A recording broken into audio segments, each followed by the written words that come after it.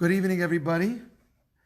Tonight, we are going to be discussing this week's Torah portion, the Torah portion of Tazria, which talks about a Metzora and different aspects of a Metzora and what we can learn out from a Metzora in our day and age. I'm sitting in for Rabbi Avram Bergstein, who is, thank God, celebrating a wedding of his nephew, I believe it is. So Mazel Tov, Mazel Tov. This lesson that we're going to be talking about today is extremely relevant in our day and age. Both the topic and the lesson that we're going to learn out of it, very relevant for the world that we live in right now. Now, what does it mean, the world we live in right now? Today, more than ever, videos go viral, for example. Somebody sees something, records it on their cell phone, and another moment later, it's all over the world.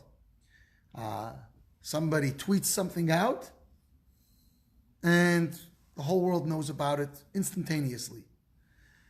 And it's not just, this power is not held by a select few like it once was. Once upon a time, you had to be a reporter, a newsman, in order for your words to have global reach and global impact. Today's day and age, anybody, for free, can open up a Facebook account, a Twitter account, an Instagram account. Anyone can have a blog. And sometimes people without any notoriety, like that, their post, their tweet, their video goes viral.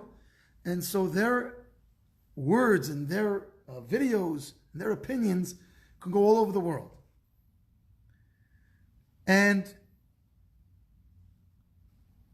with this power, of course, comes oftentimes an abuse of this power. Let me give you a simple example. Somebody records on their video, on their phone, somebody who's having a meltdown. Maybe it's in a store, maybe it's on the street, maybe they're not at their best behavior. Now, if you look at your own life, everybody has their better moments, the moments that they're proud of, and the moments that they're not so proud of. That's the way life works. Imagine in your home, your husband or your wife videos you every time you have a temper tantrum and puts it out on the internet. And every time you don't give context to it, or if you have a fit in a store for whatever reason, you don't know, they're not putting the context behind it. I'll share a personal story. I once was on the phone with Verizon for over 20 hours collectively. 20 hours. I was documenting, trying to get them to fix the interference on my phone. Imagine trying to run a shul in a school with interference on your phone. And I call and they say they're going to do something about it and they don't. It's difficult to describe the frustration hour after hour. I've got things to do. And finally, I get somebody on the phone and I was ready to rip his head off. But I just helped myself back and I said, he's like, oh, hello, welcome to Verizon. How you doing today? And I'm like, I'm doing very well for somebody who has been on the phone with you guys for 20 hours, but that's okay. How is your day going? So a bit sarcastic, but not anywhere near where my head was. That's where my mouth was, but my head was, In any case, this fellow fixed it. About 3 months later, I'm at the Kiddush in our shul. It's a true story. And this guy comes up to me, and he says, oh, Rabbi, how's your phone lines doing? Do you still have interference? Oh. And I'm thinking to myself, did he hear my phone conversations from the internet? I was like, yeah, thank God it's working. How do you? He goes, I'm the rep you spoke to. And it came crystal clear to me. Had my mouth spoken the words that my head was saying and shouting during that time, he would have seen me in a whole different light. Now, imagine he had recorded that conversation and just played it on YouTube or wherever. And there you have Rabbi Neubort throwing a total fit, which thank God I didn't. But I certainly could have. I was very close to. So people are, even if the story is true, We have a lot of power, and we don't always give the right context to these things that we're reporting about other people, whether we're telling it over verbally, whether we're spreading it in a tweet, or a video clip of the actual person behaving badly. Now, we're going to talk tonight about gossip.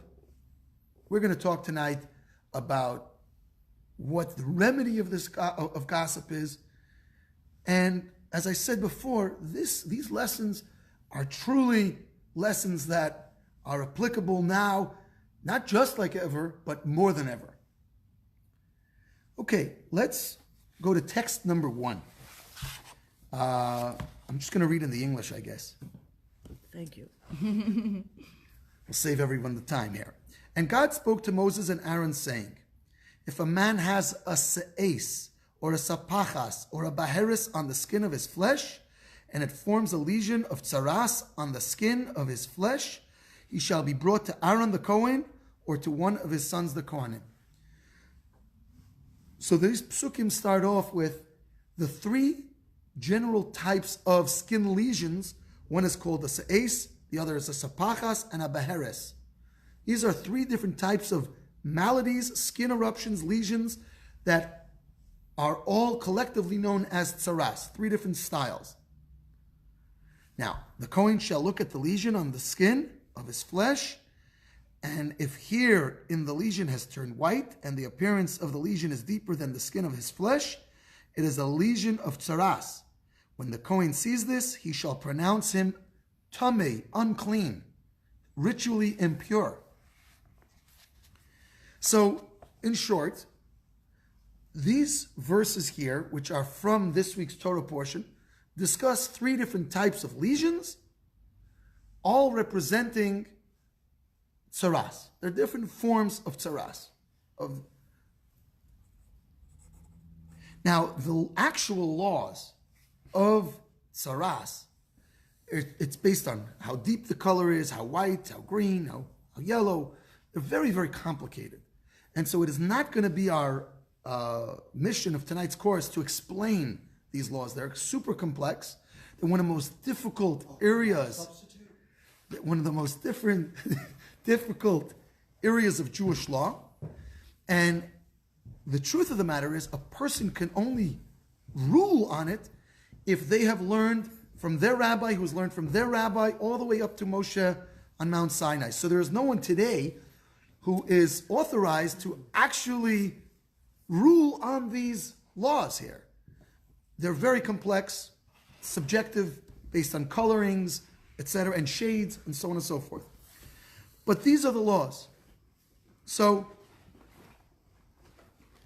now, a person who has these, so in short, a person who has one of these lesions, or he suspects that he has one of these lesions, he has to go to a Kohen for a checkup. And the Kohen is going to look at him and make a declaration as to whether or not he is pure or impure. He may put him in confinement for a week, as we're soon going to see if it spreads or if it gets darker, and so on and so forth. Now, let's go to text number 2, page 287. And the person with tsaras, in whom there is the lesion, his garments shall be torn, his head shall be unshorn, he shall cover himself down to his mustache and call out, Tamei, Tamei, unclean, unclean. All the days the lesion is upon him, he shall remain unclean. He is unclean, he shall dwell isolated, his dwelling shall be outside of the camp. So here, what we're doing is we're jumping ahead here.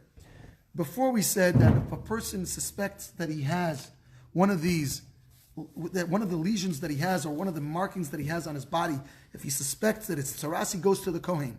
The Kohen has a few options. The Kohen could look at it and declare him unclean on the spot. The Kohen can declare him pure on the spot. The Kohen can say, well, we're unsure at this point. We need to wait and see. He'll send them away for a week. He'll send them home and come back at the end of the week and inspect him. In the meantime, in that unsure page? Is he working? Is he davening? Is he out and about? During that time, he's isolated at home, but he's not impure to the level that a Metzora is. He doesn't yet have to tear his garments, rend his garments like a mourner. He doesn't have to leave his hair uncut, and he doesn't have to wear a barker, if you will, over his eyes down to his mustache, and call out unclean, unclean. So he's in this intermediary state. At the end of that week, what's going to happen is he's going to be visited again, and there's a few options that may come about. Either the Kohen will declare him clean, or the Kohen will declare him absolutely unclean, or in certain cases he may quarantine him for another week, and then at the end of that week we will know one way or the other, either he's clean or unclean. It says here his garment shall be torn. Torn. So it's rented like a mourner? Yes, like a mourner. Correct. Like he's like a person sitting shiva. Yes. So this is a serious situation here. This is a serious level of impurity. Now, this malady, as we mentioned in the prelims before we went live here, is that this malady is commonly referred to as leprosy. It's not leprosy. And sometimes a rabbi giving a class will refer to it as leprosy because it's just simpler that way. But understand that if I say leprosy, we're not talking about leprosy. We're talking about saras, which is a malady that comes from a spiritual shortcoming. And there is no such thing today in our day and age. Okay, so now we mentioned before that the person has to go to a Kohen in order to be seen. So a person has this lesion on his skin, and he doesn't know if this is a tsaras or not, if it's one of the three types that we mentioned before. So he goes to the Kohen.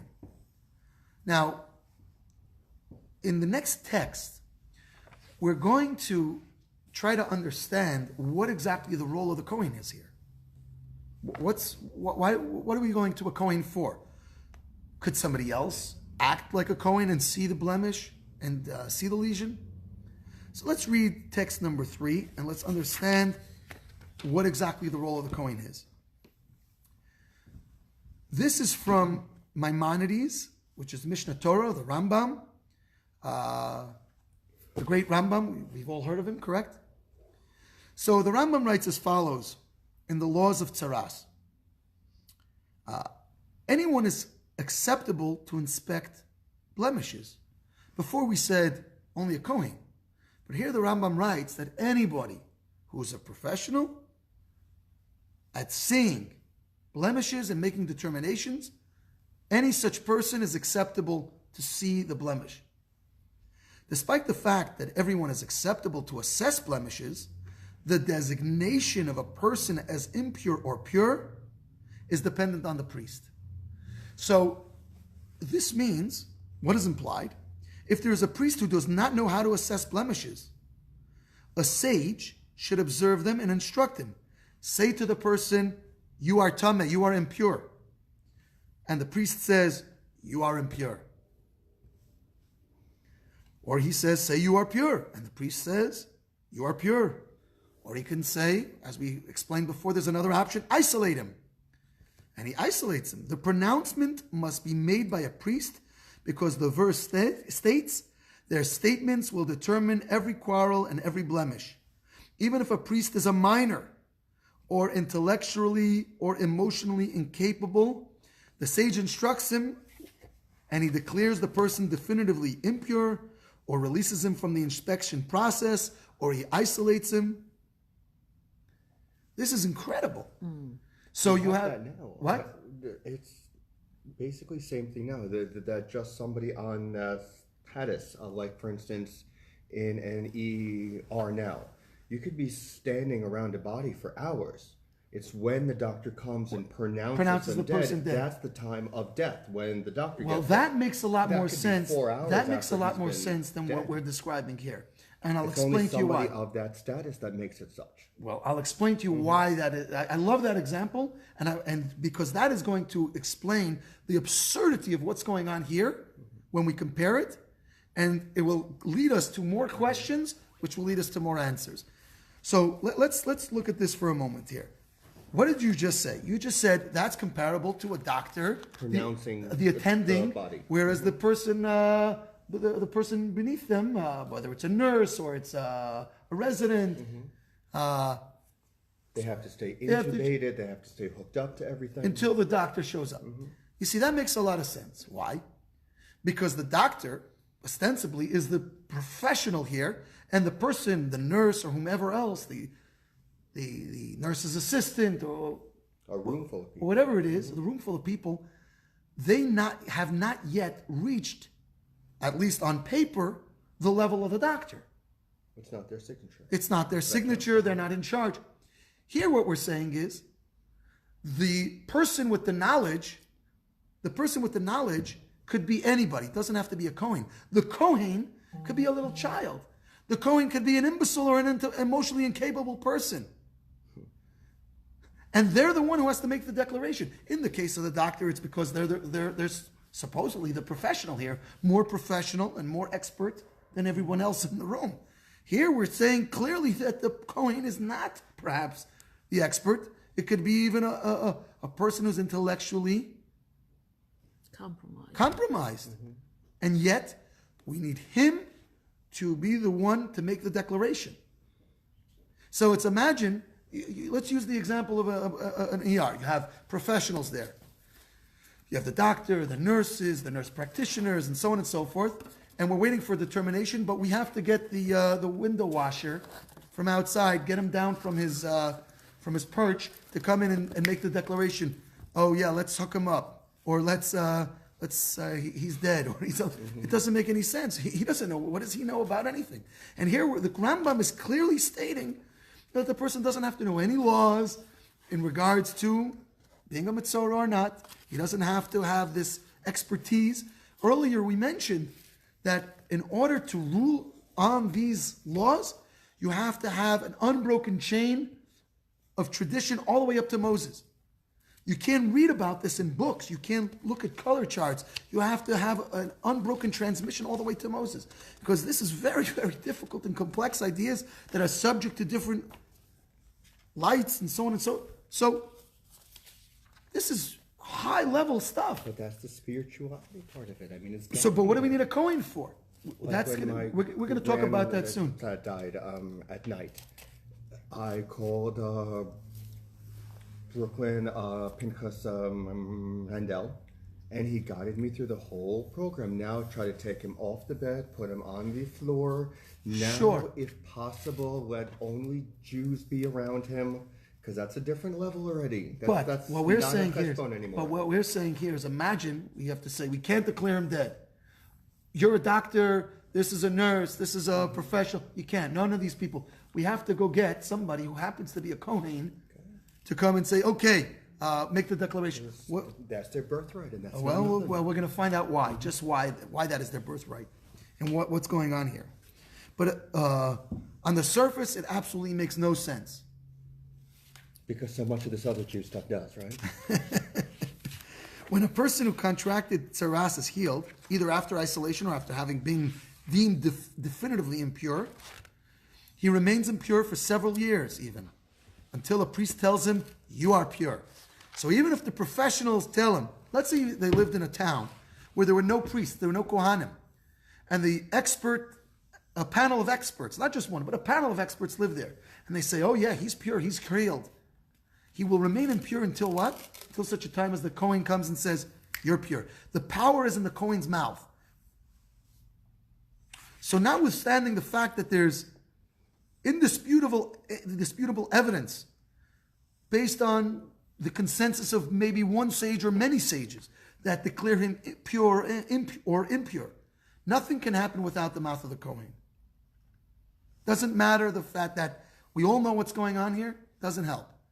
We have to find a Kohen, and even if the Kohen that we can find is mentally challenged, is is a child, is a complete ignoramus, that doesn't matter. We'll tell him what to say and he'll say it. Okay, so these are the facts of tsaras. Now let's understand what the cause, what causes tsaras. Now tsaras is not a physical malady. While it expresses itself on the skin on a physical level, but it's not, the cause is not physical. It's not contagious. You cannot, a person who has tsaras could give you a big hug, in theory, and you're not going to catch tsaras. Unlike a leper, which is very contagious. Tsaras is not contagious. It comes from personal shortcomings. And the Talmud talks about the different causes that cause tsaras. Now, I want to mention something, and that is a good example of a good parable to tsaras is, think of it as a spiritual allergic reaction. When you're sensitive to certain things, so you can have an allergic reaction. If you're not sensitive to those things, so you're not going to have the allergic reaction. Let's use peanuts because it's a common allergy. Children who are kept away from peanuts oftentimes develop a sensitivity to it, which will now, if they're exposed to it, will cause an allergic reaction. This is the reason why bamba in Israel, bamba is a peanut snack, is the cause for a lower rates of peanut allergy in Israel. And now they're spreading it around the world so that people, they're exposing children to bamba. Bamba dissolves in the mouth. So you can give it to a 6-month-old, puts it in his mouth. It's not a choking hazard because it dissolves. And because they're being exposed to this so frequently, so the rates of peanut allergy are much lesser because they're exposed to it so much. But somebody who's not exposed to it could develop an allergy much more quickly. So now let's use peanuts as bad. Let's assume peanuts are bad for you. Back in the day, in the times of the Beis Hamikdash, in the times of the temple, we were much more sensitive to spiritual peanuts, if you will. We weren't exposed so much to different things that we're going to talk about, different spiritual shortcomings. So it was much easier to develop a sensitivity, an allergic reaction when we ourselves engaged in those activities. That was when? During the temple times. Well, after the temple times, we grow up on this stuff. Before we were talking about, earlier we were speaking about gossip. And we're going to soon learn that that's one of the principal causes of tsaras is gossip. Today we grow up on this. There are magazines, colorful magazines, that are dedicated to one thing and one thing only, gossip. And they're a multi-billion-dollar business in the world. We have people that all they do is speak on the radio all day, gossip, gossip, gossip. They have sites that are television shows that are dedicated to one thing and one thing only, gossip. TMZ. So we're not sensitive any longer to this, and so when we engage in it, we've been brought up on this. And so no longer do we have a spiritual reaction, an allergic reaction to it, because we've been eating it all our lives, unfortunately.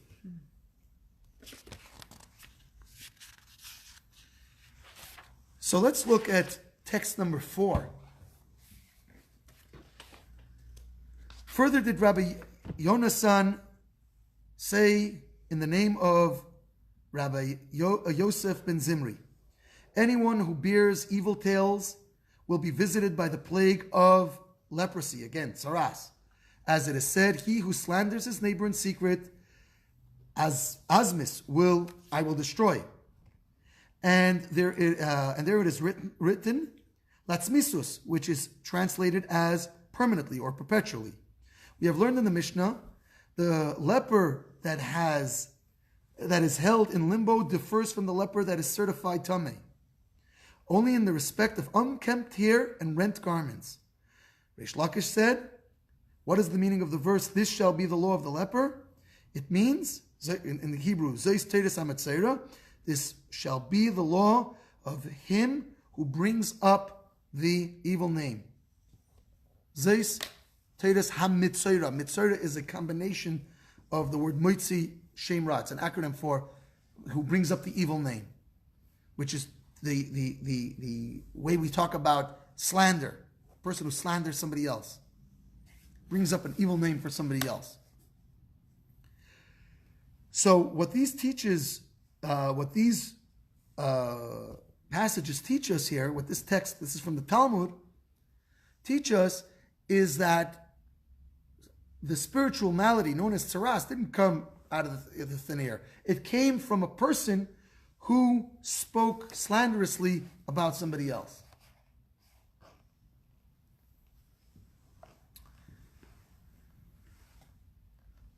It would be helpful if this existed in our day and age to a degree. Imagine every time, or if we, not every time, but imagine if we start excessively engaging in gossip and slander, we developed a skin malady to remind us to watch our mouth. Are gossip and slander synonymous? Because in English they're not, probably. So there are different types of slander and gossip. There are ones that are true, and there are ones that are not true. According to Jewish law, even things that are true, you could sue for slander because it's not true. To back it up, right. And gossip is true. Damages, and gossip would be true. Correct. And gossip is something. Yeah. So there is the distinction in Jewish law, but the law is you're not allowed to engage in either of them. You can't just go around saying things that are true but are negative about other people. Remember what I was saying before. Imagine, in today's day and age, you take a video of somebody's behavior, but you don't offer the context of that behavior. I remember once walking up Kingston Avenue with my older brother, and he's a very wise older brother, my brother, and we saw this father hollering at his child. He just had lost it, and he was screaming. I don't remember what he was screaming, but he was just screaming. We were across the street. It was Shabbos, and so no one could video it. In those days, everybody wasn't walking around with their little video cameras either. But my brother said to me, very wise words. There were other people watching, and people were, debating if they should step in because this father screaming at like an 8-year-old. And then it stopped after, 30, 40 seconds. After the father had completely lost it. He was throwing a total tantrum, screaming at the child in the street.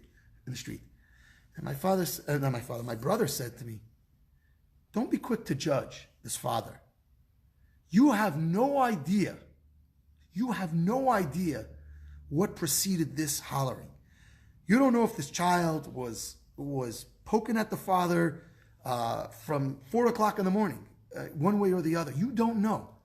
And all you're seeing is this bad behavior on the father's part out of context. Just don't judge. That's what he told me. And it made a big impact on me. Because it's certainly, it's easy to condemn the father. No one should holler at their child like that. But my brother said, you don't know the context. I'm not saying it's good that the father was hollering at him, but imagine we would have today in DJ spread the word. People, maybe he should win the Father of the Year. We don't know anything about it because he lost it in one time in the street. That means he's a bad father. We don't know the circumstances. And so talking about it's true. So it's true. The fact that we're relating is true. But we don't put context to it. We have no right. You want people to judge you on your worst moments? Don't judge others.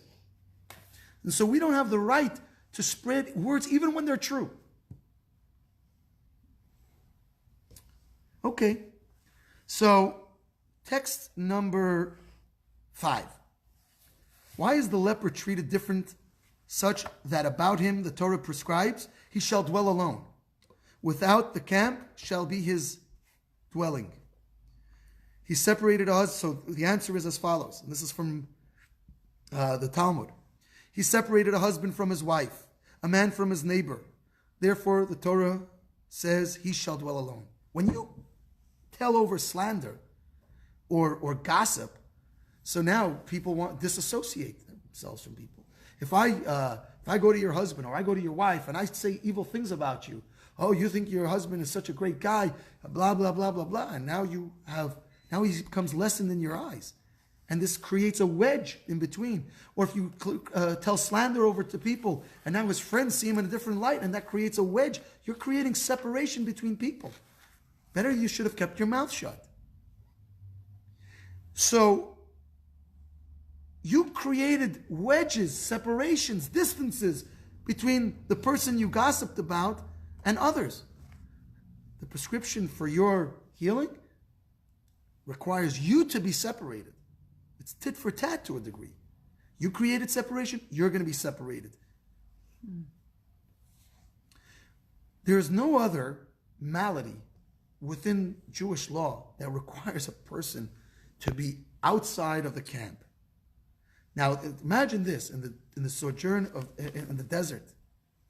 The Jewish people, for 40 years, are traveling in the desert, and they have the camp of the Shechina, where the Mishkan was, the tabernacle in the center, Machane Leviah, Machane Yisrael, and outside of the camp. Imagine being excommunicated all the way out into the wilderness there, outside of all the camps. This is very lonely. This is not, you got to go outside of Fairlawn, so now you're in Glen Rock. Here you're in the wilderness, and you're out there by yourself in your own tent, very isolating. So, says the Torah, the reason why you're isolated and you're quarantined is because you isolated with your slander other people. Let's go into the next text. Rabbi Judah ben Levi said, wherein is the leper different that the Torah says 2 living clean birds he should bring so that he may become pure again? The Holy One, blessed be he, said, he did the work of a babbler, therefore let him offer a babbler as a sacrifice. Now, we didn't mention this before, but in the purification process, so he has to bring 2 birds. Mitzorah has to bring 2 birds as offerings. One is slaughtered and one is set free to one of the birds. There's a whole process. There's hyssop, and he brings living water, and they dip it in. I'm not going to get into all the details. It's in the Torah of this week's Torah portion. Now, with the question, so Rabbi Yitzchak in the Talmud, Rabbi Yehuda says that why does he have to bring a bird as a sacrifice? Because birds tweet. You know, it's funny, the name for today for the app is called Twitter. Appropriately so.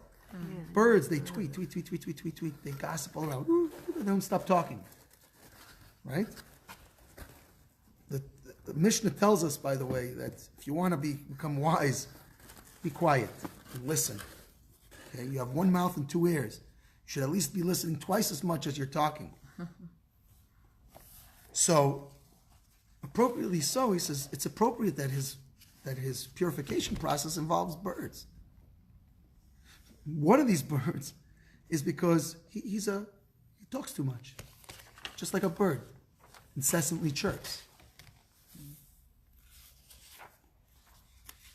Now,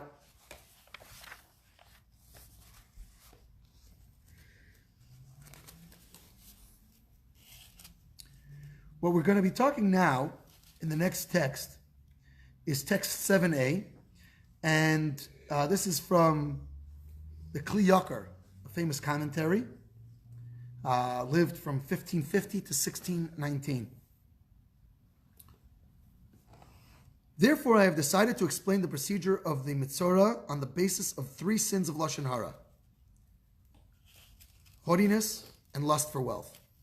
So there are a number of things that will cause tzaras, but the 3 primary ones, the number 1 primary one, which we said was Lashon Hara, gossip.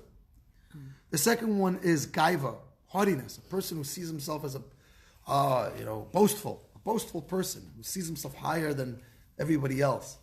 Haughtiness. And lastly, a person who lusts for wealth. Lusting for wealth, for wealth's sake, is not a good virtue. It's not a good virtue. A person who wants to earn a lot of money so he can do good things with the money, there's nothing wrong with that. But there are some people who just are looking for wealth's sake. And they lust for it, and they live for it. They have $1 million, they want $2 million. Not because they're going to be able to do more good with it, just because it makes them feel It's a takeoff of haughtiness. It's a game for them.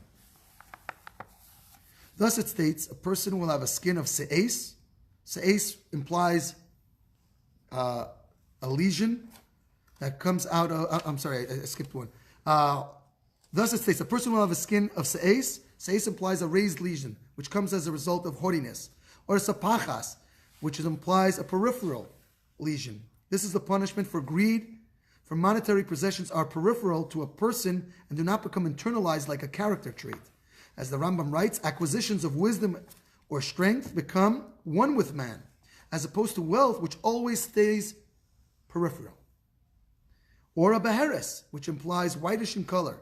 And this arrives on the person who slanders others or embarrasses another person, he pales their face of another, causing white spotches to appear among others, among other red spotches on the victim's face. And so it's all a midah keneged midah, tit for tat, God measure for measure.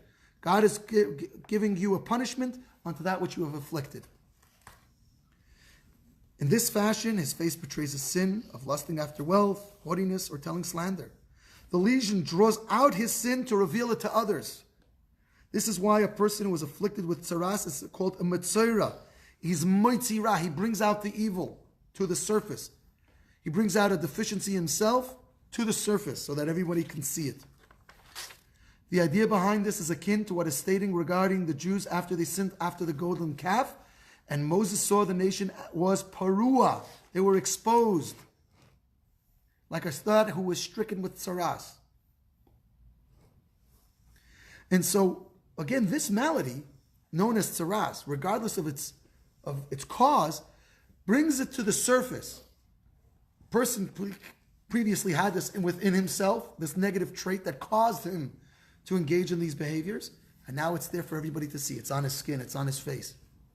But if he's excommunicated, how's it there for everybody to see? Well, it's going to be known that he's excommunicated because he slandered about everybody else. Where's your husband? Where's your wife? Where are they?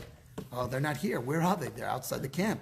Plus, we have to arrange for a Kohen to visit him every week to see, did it heal? Did it not heal? And so the word gets around. In fact, not only word gets around, once he's declared as a metzora, once he's declared as a leper, we said before, he has to cover his face down to here, and he has to shout out, Tameh, Tameh. He has to let everybody know, I'm walking here. He has to walk on this, and he has to walk on the side, and everybody has to go away from him so that they don't become impure like him. They won't catch the leprosy, but the impurity they will catch.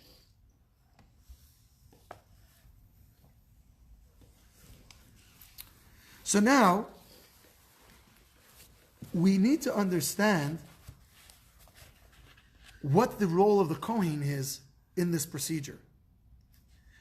Why is it that these three sins that we mentioned, haughtiness, gossip, lust for money, why the Kohen is the antidote for this? Why is the antithesis for all of this? We are reading further from the Gemara. And he shall be brought before the Kohen. The purification is executed by the Kohen. For all of Aaron's descendants possess the opposite of these three attributes. He can't be Tameh, right? He can't be Tameh. He can catch tzaras, but he can't... what you're saying is he can't become Tameh. What we're saying is here, he's the opposite... He can't get dirty, no matter how much you rub him. He's the opposite of these three attributes that we spoke about. Slander and etc. The sin of slander causes discord between brothers. Therefore Aaron, who exemplifies the attribute of peace, shall come and heal him. For he loved peace and pursued peace. We know about Aaron HaKohen, Aaron the high priest. He was a lover of peace and a pursuer of peace. Similarly, it is appropriate that he be the one to correct haughtiness, for he was extremely humble, as our sages have stated. Greater is said regarding Moses and Aaron than was said regarding Abraham. Abraham says, I am dust and ashes in the Torah. Whereas regarding Moses and Aaron, they said, Va'anachnu ma, we're nothing. What are we? We're nothing. Abraham says, at least I'm dust and ashes. They say, we're nothing. We're absolutely nothing. What are we? We're nothing. So which means they were both very humble. This was in the story of Korach, the story of Korach. Moses and Aaron said, we're nobody, we're nothing. Likewise, Aaron did not desire money. The Kohanim did not have a portion in the land of Israel, and they did not take part of the spoils of war. And they were content. They were content. Aaron was content. His children were content. So for these reasons, these three forms of tzaras, the healer of them must be the Kohen. The process is fulfilled through a Kohen, who is the opposite of these three ideas. They embody the opposite of these three traits. Now, how do we, what is the source that Aaron was a lover of peace? So, Rabbi Vada of Bartanura, he says, well, it comes from the ethics of our fathers, which is the Mishnah, which preceded the Talmud. Hillel and Shammai received from them. Hillel would say, be of the disciples of Aaron a lover of peace and a pursuer of peace, one who loves the creatures and draws them close to Torah. And obviously Rabbi Nosson explains the process of what Aaron HaKohen would do. If he saw two people quarreling, he would go to one of them and he would say nice things about the other person. He would say, oh, the other person, he feels bad what he said to you and he wants to seek your forgiveness, but he would tell these little white lies to bring peace between man and his friend and between husband and his wife. He would go to somebody, a couple who were quarreling, and he would say, he would say to the husband, I wish I had a wife like yours. She the way she speaks of you so highly, and she says this and that and the other, and she thinks of you so greatly, and she's such an amazing person. And then he would tell the wife, your husband, he speaks of your beauty and your ability to juggle everything. Oh, really, my husband said that? But when did he say? And he would extrapolate from different things that the husband and wife said, and embellish on them. Like I said, I don't know what embellish sounds better than white lies. Embellish on things that he extrapolated from what they said.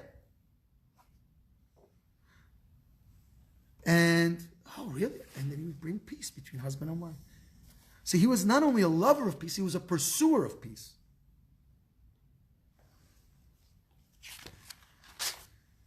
So, again, in summation, the Kohen represents the opposite of the causes of tzaras. But now we have to understand still, okay, so why is he the one who has to be the one to declare it impure? Why would, even if he's a non-expert, the experts are the one who determine whether this color or this spot or this is actually tzaras, and he's the one who declares impure or impure. Why is that the case? What is that going to help? Because it started with a spiritual reason. It started with a spiritual reason. So we're going to conclude it with a spiritual reason. But what is the practical reason? So that's a spiritual explanation. That's what we've been explaining. But practically speaking, what's going to happen here? So text 9a is actually from the Torah itself, from Vayikra, chapter 13, verse 46. Kol yimei asher anega boy yitma tomei hu bodod yeshiv mechutz lamachana meishavai. All the days the legion is upon him, he shall remain unclean. He is unclean. He shall dwell isolated. His dwelling shall be outside of the camp. Now, as we mentioned before, outside of the camp meant not outside Fair Lawn, but outside of the Jewish camp, which means he's out in the wilderness by himself. The cloud of glory surrounded the Jewish people, and he's outside of there, sitting baking in the heat, unprotected. He's going to have a lot of time to think about what got him there. Now, this is a serious thing. Isolation, think about it in the current day and age. Current day and age, you have imprisonment is one level, and then you have solitary confinement. Solitary confinement is a whole nother level. It's torture. It's absolute torture. In fact, if there are two mitzayrim, there are two lepers, there are two people with tzaras, they can't be together in the same tent outside of the camp. They have to dwell alone. That's serious. That's a serious punishment. We're telling you that your behavior, your actions have caused you to come to a level where you cannot be around people. Not only you cannot be around people, but you can't even be around other people who behave like you. Not only we're putting you in prison, so to speak, we're putting you in solitary confinement. You can't even be amongst other prisoners. You're on a whole nother level. Could you imagine the psychological impact that has on a person? Plus, Now, it could be dangerous. Being out there. Dangerous, but the psychological impact that has on a person is tremendous. So now, the Torah is here not to punish for punishment's sake. Those who took the recent course, Crime and Punishment, learned a lot about this. In the Torah, the Torah is not coming here to punish for punishment's sake. It's to rehabilitate. To rehabilitate the person, we have to do things in a way that it's going to rehabilitate them, as opposed to just punish them. Punishment is a part of it, but rehabilitation is a whole other thing. And so, regarding this, the Torah says to us that telling a person that you need to leave your community, you need to be isolated in order to reflect on your behavior, the person who needs to give this information needs to be a Kohen. Let's look at text number 10, page 298. Regarding this, the Torah says that a Kohen is uniquely qualified to rule that a fellow Jew must leave the holy camp. A Kohen's function is to bless the nation of Israel with love. A Kohen is a man of kindness who blesses us with love, as it is known that the main component of the blessing is love when a Kohen blesses. And in fact, let's jump to the text number 11 for a moment, because I want to say it before and then we'll go back. Blessed are you, God, King of the universe, who has sanctified us with the holiness of Aaron and has commanded us to bless his people, Israel, with love. This is the blessing that the Kohanim recite before blessing the community on the holidays or in Israel every day. So when they're raising their hands, this is with love. There's no other mitzvah that we say, I light Shabbos candles with love, I put on tefillin with love, I wash my hands with... There's no other mitzvah that the blessing speaks of love. And that's the mitzvah must be performed with love, only with the exception of this one. The mitzvah of the Kohanim to bless us has to be with love. And in fact, in the laws of Kohanim and blessings, a Kohen who has hatred in his heart is banned from giving the blessings.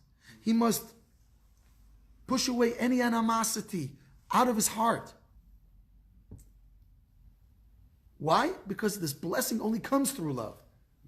If he's upset at somebody in the congregation, it's better he doesn't go up on the podium to bless. He's not allowed to. He's barred. So, of course, the ruling of the Kohen is founded only on the Torah, which is why an expert who is well-versed in all other forms of tzaras is needed. So the Kohen can't be the one to make the determination, because if he doesn't know the laws, he can't make the laws. So that's why we need experts involved.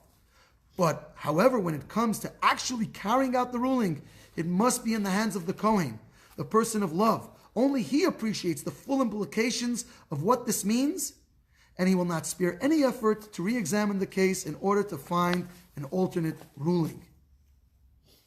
And if, when all is said and done, the Kohen declares him impure, what we can be sure of is that this is the true ruling of the Torah. And at the same time, we can rest assured that the Kohen will do everything in his power to later declare him pure once again. So this is from Likutei Sichos.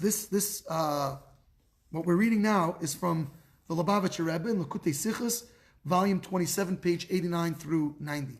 So what the Rebbe is explaining here is that the Kohen, it's not just a function. Okay, we need a Kohen here because he has something that because it's an unnecessary nuisance. We have to find a Kohen for some reason. The Rebbe is explaining here that the Kohen is a person of love. He's going to make the declaration out of love, and he's going to pursue the person with love in order, if the person is indeed rendered impure, this Kohen is going to make sure to find a way to bring more experts and more experts each week to find a way to purify him. Because he's not doing this out of hatred. He does this out of love. When we rebuke out of love, it's a whole nother ballgame. And the results are different. When a person, somebody sent me a clip of a judge. Came before the judge a case of a veteran, an American war veteran, who was suffering from a post-traumatic stress disorder and a lot of anxiety, and he was caught for a DUI, driving while under the influence. I guess it was a first offense, and I don't remember all the details, but the fact of the matter is the judge wanted to imprison him. He wanted him to show him the severity of his actions. But the person was very stressing out about it because he had been in tanks and going into confined spaces brought up a lot of anxiety for him. And so the judge decided that he would give him one night in jail to show him the severity. You can't wash over this. Even though you've served the country, but you were driving while intoxicated, you can kill somebody. This is a serious violation. But then what the judge did is he joined the person in the prison cell for the night. He stayed there for the whole night with him, and he spoke with him the entire night. And you see in the interview, the judge and and this veteran. And the judge says, listen, I wanted to imprison him because he needs to know that this is serious. You can't drink and drive. But I also understood that the person would suffer terribly from his anxiety from serving our country. That's also not fair. And then they talk to the person, and he says, when the judge walked into the room, the walls expanded, and they weren't there for the night. And we spoke the whole night about life, and it was therapeutic. So here you have a judge. This is a judge who has a Kohanic idea. He's not punishing because he just wants to punish. He wants to punish because it's a serious violation. It's a serious crime to drive while under the influence. But it's not about just punishing him. If you just wanted to punish him, give him 30 days and goodbye. Never see him again. He's punishing him because he wants to rehabilitate him. He wants him to understand the consequences of his crime, and he wants him to walk out a different person. And so he himself goes in with him. The Kohen who has to render somebody impure, he loves this person. It's in his DNA. So he's suffering too. He's not going to miss his appointment at the end of the week to check on the guy again. Why? Because he loves the person. It bothers him that he had to inflict this sentence on him, excommunicating him from the community. So, what this means here is that how we rebuke is going to create different outcomes. If we rebuke in anger, we are angry, we are upset, and we rebuke, and then we punish because we're upset. What do you think the outcome of that punishment is going to be? They'll be afraid for a little bit. They'll be afraid for a little longer than a little bit. But ultimately, you're not changing anything. You're not correcting anything. You're punishing for a crime that a person did. There was a crime, and now there's a consequence. But when we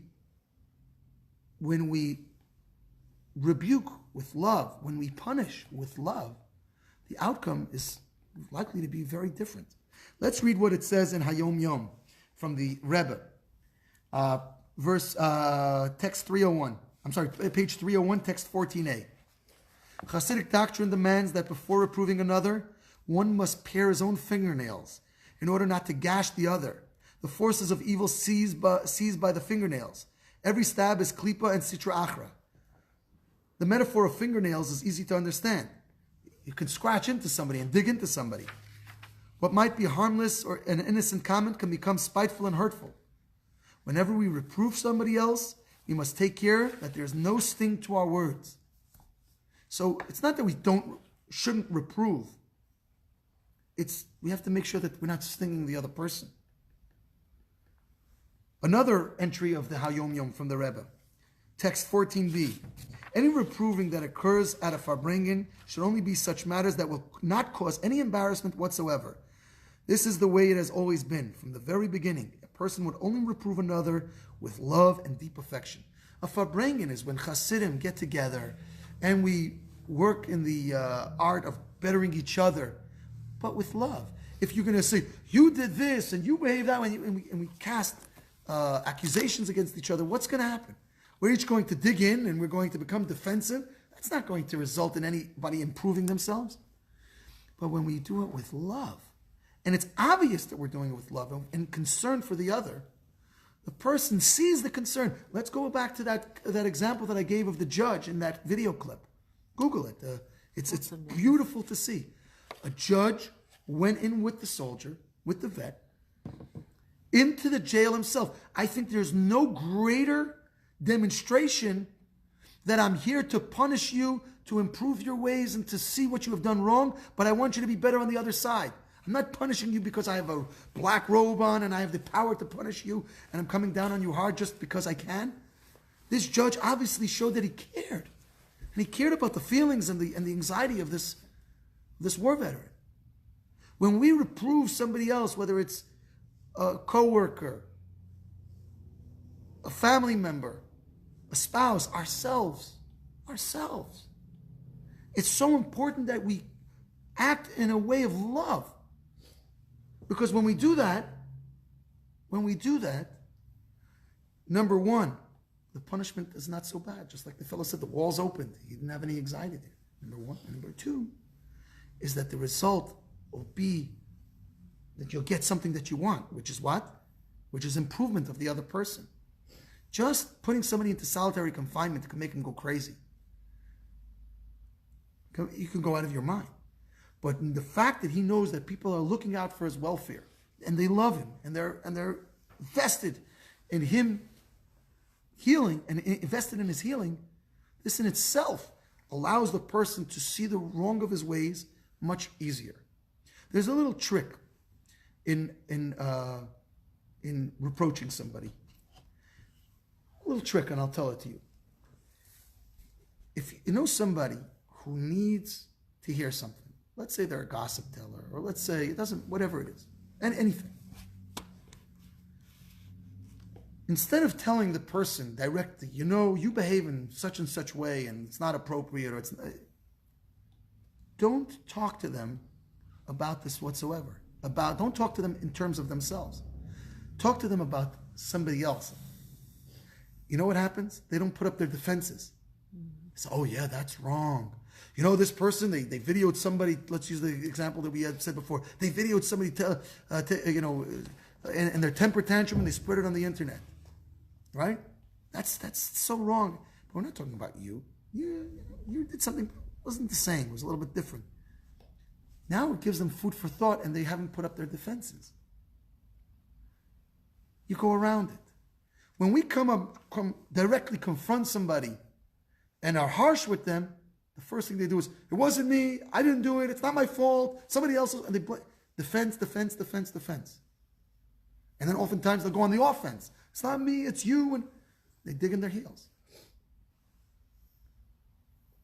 But if we come with love, and it's obvious to the person that we come with love, they're not putting up their defenses. They understand that we're here for them.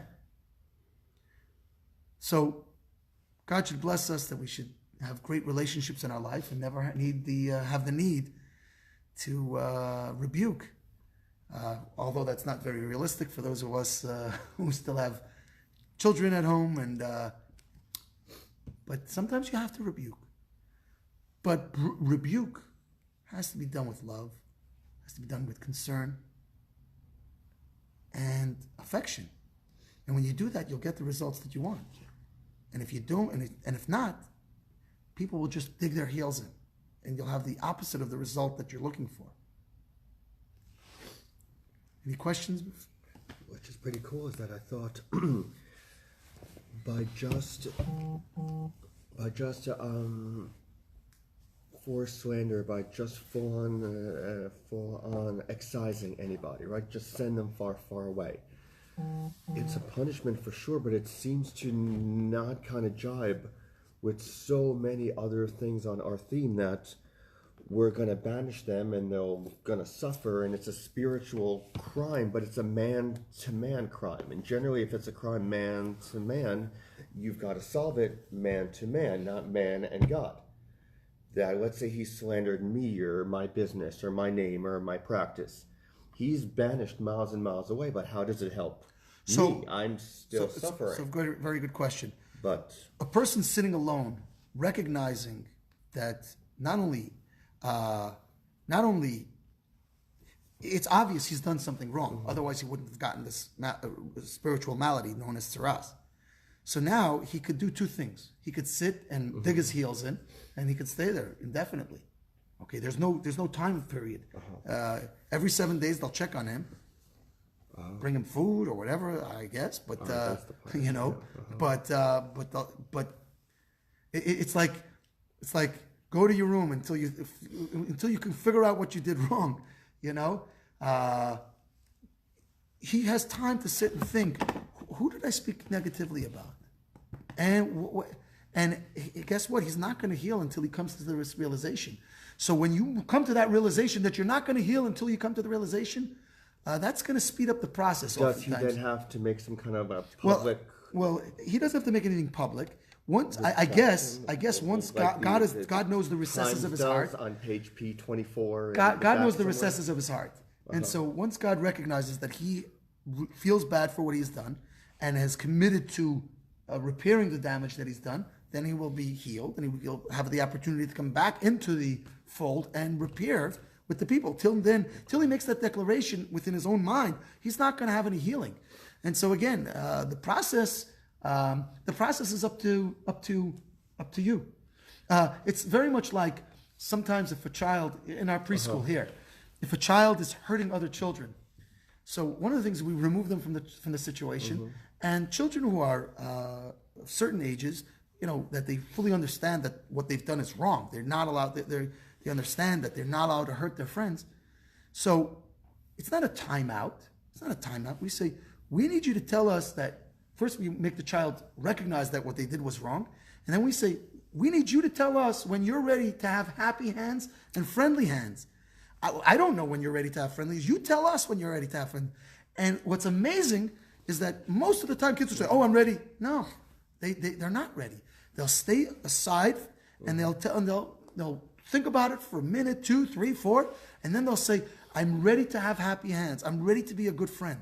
But they don't just immediately claim that they're ready when they're not. They actually think about it, which is amazing. Children are amazing. Because they know that they're going to send them right back otherwise. So they take children who are hurting other friends, they are the ones who determine themselves.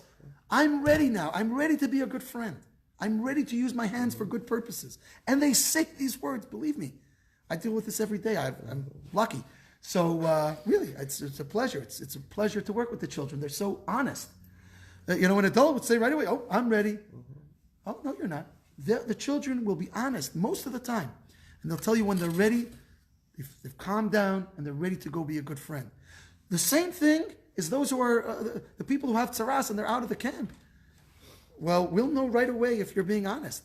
The person will know if they're being honest with themselves. Just look at, is it shrinking? Is it getting lighter? Are the signs of purity coming back? And if they're not, if he's fooling himself, well, he'll quickly learn that you can't fool yourself. It's an incredible idea. So if we have to say something sharp to somebody, dullin it, pare your fingernails, sharpen it, dull it, come from a different angle. Do it in a way, in a time of when things are not heated. Say things in calm times, and when the person you're saying it to is most receptive. Say it with love, saying it in an encounter of love. I would love, instead of saying, would you stop leaving your socks on the bathroom floor? Screaming, right?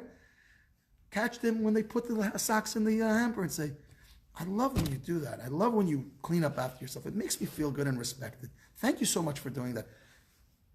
You said the same thing that the other person said, just you said it in a positive way, and you waited. You held yourself.